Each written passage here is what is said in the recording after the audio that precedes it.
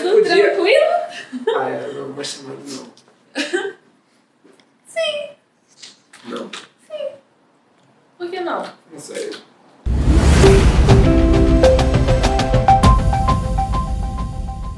E aí, pessoal, tudo tranquilo? Então, hoje nós viemos gravar aqui na casa da diretoria. E a diretoria, como é muito rica, tem lareira em casa.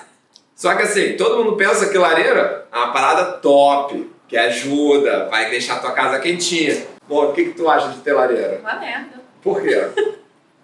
Cara, primeiro que a casa tá defumada. Segundo que meu cabelo que eu lavei hoje já vou precisar lavar de novo. Eu vou botar o vídeo aqui pequenininho, para o diretor para colocar, que eu postei no Instagram quando eu cheguei na casa deles. Terceiro, nem sempre a lenha que você comprou vai pegar fogo. Por exemplo, ele comprou a lenha e estava molhada. O que aconteceu?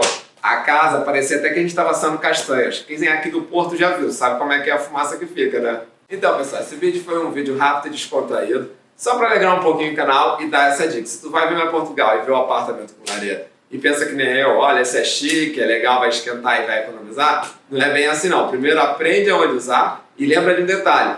Onde que você vai estocar a lenha? Dentro do apartamento não dá, né? Prefiro um ar-condicionado. Dá um tchauzinho pro pessoal.